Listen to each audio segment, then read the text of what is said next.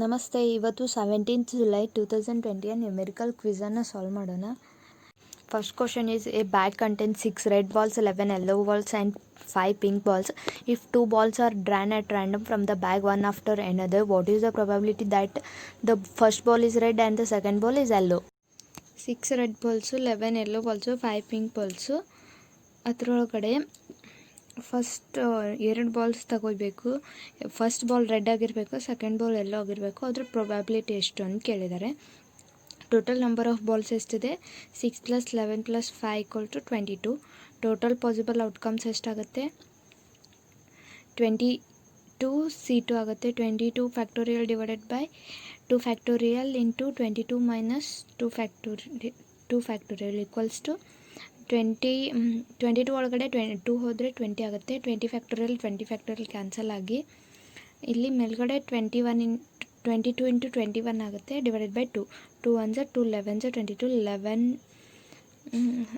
1 11 11 2 22 22 + 1 23 1. Total possible outcomes 231 ಆಗುತ್ತೆ. Next number of ಫೇವ್ರಬಲ್ outcomes ಎಷ್ಟಾಗುತ್ತೆ? First Balu red ಆಗಿರಬೇಕು, ನೆಕ್ಸ್ಟ್ ಯೆಲ್ಲೋ ಬಾಲ್ ಆಗಿರಬೇಕು. ರೆಡ್ ಬಾಲ್ ಎಷ್ಟಿದೆ? 6 ಇದೆ, ಯೆಲ್ಲೋ 11 ಇದೆ. So 6C1 into 11C1. 6C1 ಅಂದರೆ 6 ಬರುತ್ತೆ. 11C1 11. 6 into 11 66. Probability favourable outcomes divided by total possible outcomes. Favourable outcomes ಎಷ್ಟಿದೆ? 66 divided by next total outcomes 231 ಇದೆ.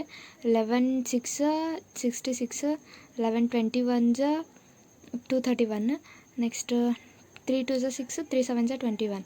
Answer is 2/7. B option is the right answer. Next, second question. The sum of the radius and height of cylinder is 19 meter. The total surface area of the cylinder is 1672 meter square. What is the volume of the cylinder? Let R be the radius of the cylinder and H be the height of cylinder.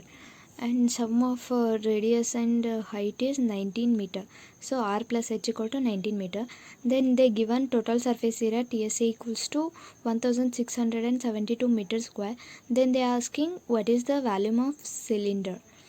TSA equals to 2 pi R into R plus H. TSA ಎಷ್ಟಿದೆ ಅಂದರೆ 1672 ಇದೆ, equals to 2 pi ಅಂದರೆ 22/7. R ಎಷ್ಟಿದೆ ಗೊತ್ತಿಲ್ಲ. R plus ಎಷ್ಟಿದೆ? 19. Next R ಇದನ್ನು ಈಚೆ side ಇಟ್ಕೊಂಡು 1672 ಇಂಟು 7 ಡಿವೈಡೆಡ್ ಬೈ 2 ಇಂಟು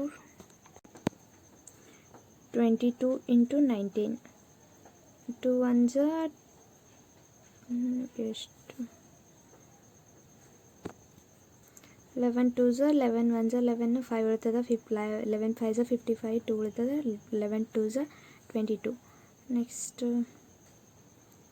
2 1 2 7 14, 2 6 12, 2 1 2 3 6, 1 ಉಳಿತದೆ. 2 8 16, 19 1 19 2 38. ಇಲ್ಲಿ ಉಳಿಯೋದು 2 ಇಂಟು 7 14 ಮೀಟರ್ ಉಳಿತದೆ. So radius of the cylinder equal to 14 metre. ಮತ್ತು ನಮಗೆ ಇಲ್ಲಿ ವ್ಯಾಲ್ಯೂಮ್ ಕೇಳಿದಾರಲ್ವ. So pi R square H, volume of the cylinder equals to pi R square H. Pi 22/7, R square 14 into 14. H ಎಷ್ಟಿದೆ? Already ನಮಗೆ ಕೊಟ್ಟಿದ್ದಾರೆ. R plus H equal to 19 metre. H equals to 19 minus R ಆಗುತ್ತೆ. H equals to 19 minus R ಅಂದರೆ 14 ಇದೆ. 19 ಒಳಗಡೆ 14 ಹೋದರೆ 5. 7 1 7 2 14, 2 22 44, 44 into 14 into 5, 14 5 70, 44 into 70, 4 28, 4 28 30 80 ಆಗುತ್ತೆ. So volume of the cylinder equal to 3080. So answer option A is the right answer. Next, third question. The ratio of the speed of the boat upstream to the speed of the boat downstream is 2:3.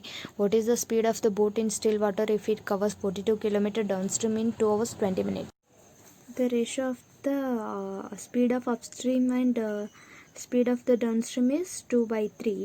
Rate of downstream ಎಷ್ಟಾಗುತ್ತೆ? 3x and rate of upstream is 2x. Distance covered in downstream D equals to 42 kilometer. The time taken is 2 hours plus 20 minutes ಇದೆ. 2 hours 20 minutes. ಇದನ್ನು ಅವರ್ವಲ್ಲಿ convert ಮಾಡ್ಕೋಬೇಕಾದ್ರೆ 2 plus 20 divided by 60.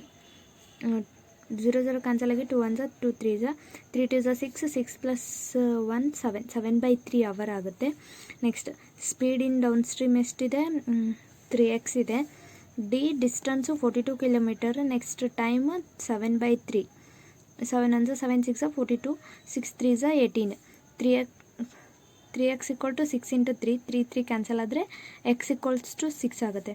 Speed of boat in still water ಎಷ್ಟಾಗುತ್ತೆ? Equals to half of the rate of stream and plus rate of downstream. Formula of speed of boat in still water half into rate of upstream plus rate of downstream. Half into rate of upstream ಎಷ್ಟಿದೆ? 2x ಇದೆ plus rate of ಡೌನ್ಸ್ಟ್ರೀಮು 3x ಇದೆ. 2x plus 3x ಮಾಡಿದ್ರೆ 5x. x equals to 6 ಇದೆ. 2 1 2 3 6 3 5 15.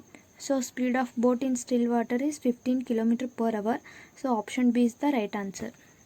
Next, fourth question. 35 men complete a piece of work in 16 days and 20 women complete the same piece of work in 30 days. What is the ratio of the amount of work done by 40 men in one day to the amount of work done by 15 women in a day?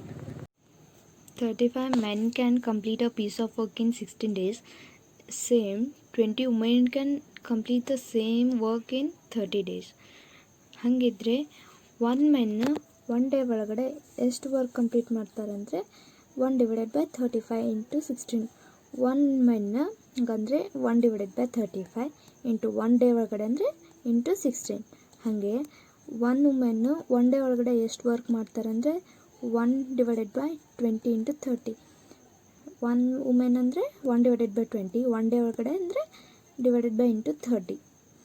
ಹಂಗಿದ್ರೆ ಇಲ್ಲಿ ಕೇಳಿರೋದು 40 men ಇನ್ 1 day divided ಮತ್ತು 15 women in 1 day ಅಂತ ಅದ್ರ ratio find out ಮಾಡೋಕ್ಕೆ ಹೇಳಿದ್ದಾರೆ. So that equals to the 40 ಮೆನ್ನದು ಇಲ್ಲಿ ಬರೀ ಇರೋದು 1 ಮೆನ್ನದ್ದು ವರ್ಕ್ 1 ಡೇ ಒಳಗಡೆ. ಹಾಗಿದ್ರೆ 40 ಮೆನ್ನದು ವರ್ಕ್ ಹೇಳಿದ್ದಾರೆ ಅಂದರೆ into 40 into 1 divided by 35 into 60 divided by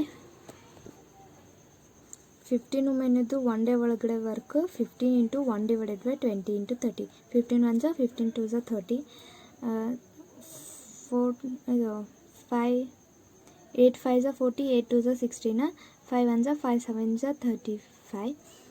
ಇಲ್ಲಿ ಉಳಿಯೋದು 7 2 ನೆಕ್ಸ್ಟ್ ಇಲ್ಲಿ ಉಳಿಯೋದು 20 ಇಂಟು 2 1 ಡಿವೈಡೆಡ್ ಬೈ 7. ಇಲ್ಲಿ 2 2 ಕ್ಯಾನ್ಸಲ್ ಆಗುತ್ತೆ.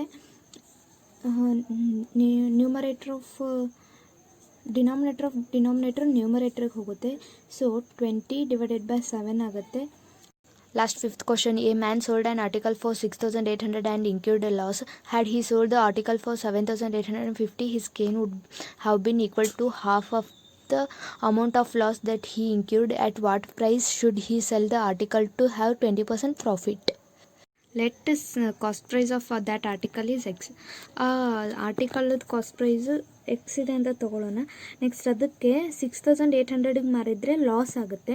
So loss equals to cost price ಎಷ್ಟು ಕೊಟ್ಟು ತೊಗೊಂಡಿರ್ತಾನಲ್ಲ ಅವನು ಅದರೊಳಗಡೆ 6800 ಮಾಡಿದ್ರೆ ಅವನಿಗೆ ಎಷ್ಟು ಲಾಸ್ ಆಗಿದೆ ಅಂತ ಗೊತ್ತಾಗುತ್ತೆ. ಇಫ್ ಅವನೇನಾದರೂ 7850ಗೆ ಮಾರಿದರೆ ಅವನಿಗೆ ಪ್ರಾಫಿಟ್ ಆಗುತ್ತೆ. So profit equals to 7850 minus X. ಯಾಕಂದರೆ 7850ಗೆ ಅವ್ನು ಮಾರಿದ್ದಾನೆ, ಅದರೊಳಗಡೆ ಅವ್ನು ಎಷ್ಟು ಕೊಟ್ಟ ಆರ್ಟಿಕಲ್ ತೊಗೊಂಡಿರ್ತಾನಲ್ಲ ಅದನ್ನ ಮೈನಸ್ ಮಾಡಿದರೆ ಪ್ರಾಫಿಟ್ ಸಿಗುತ್ತೆ. ಆ ಪ್ರಾಫಿಟ್ಟು ಹಾಫ್ ಆಫ್ ದ ಲಾಸಿಗೆ ಈಕ್ವಲ್ ಆಗಿದೆ. ಹಾಗಿದ್ದರೆ 7850 minus x equal to half of the x minus 6800.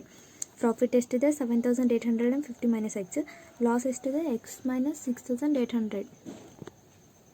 ಇದನ್ನು 2 ಈ ಕಡೆ ತೊಗೊಂಡ್ರೆ 2 into 7850 minus 2 into x 2x. 7850ಗೆ ಇಂಟು 2 ಮಾಡಿದರೆ 15700 ಆಗುತ್ತೆ. ಪ್ಲಸ್ 6800 ಇದು ಮೈನಸ್ ಇರೋದು ಈ ಕಡೆ ತೊಗೊಂಡ್ರೆ ಪ್ಲಸ್ 6800 ಆಗುತ್ತೆ. ಹಾಗೆ ಎಕ್ಸ್ ಪ್ಲಸ್ ಇದು ಮೈನಸ್ ಇರೋದನ್ನು ಈ ಕಡೆ ತೊಗೊಂಡ್ರೆ ಪ್ಲಸ್ 2x ಆಗುತ್ತೆ. X plus 2x is 3x.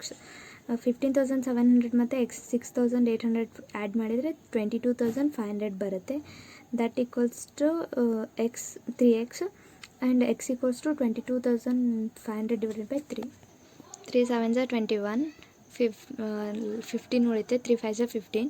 So 7,500 cost price 7,500 ಆದರೆ ಇಫ್ ಪ್ರಾಫಿಟ್ಟು 20% ಆಗಬೇಕಾದ್ರೆ ಅದನ್ನ ಅದ್ರ ಸೋಲ್ಡ್ ಪ್ರೈಸ್ ಏನಾಗುತ್ತೆ ಅಂತ ಕೇಳಿದ್ದಾರೆ. S P equals to C P into P percent. Profit percent ಎಷ್ಟಾಗಬೇಕು? 20% ಆಗಬೇಕು. ಸಿ ಪಿ ಎಷ್ಟಿದೆ ಫೈಂಡ್ ಔಟ್ ಮಾಡಿದ್ದು 7,500. 7,500 ಇಂಟು ಪ್ರಾಫಿಟ್ ಅಂದರೆ 100ಗಿಂತ 120 ಆಗುತ್ತೆ. 100 ಪ್ಲಸ್ 20 120 ಡಿವೈಡೆಡ್ ಬೈ 100. 0 ಕ್ಯಾನ್ಸಲ್ ಆದರೆ ಇಲ್ಲಿ 00 ಕ್ಯಾನ್ಸಲ್ ಮಾಡೋಣ. 75 ಇಂಟು 120 ಮಾಡಿದ್ರೆ ಸೋಲ್ಡ್ ಪ್ರೈಸ್ ಈಕ್ವಲ್ ಟು 9,000 ಆಗುತ್ತೆ. So answer B is the right answer. Thank you.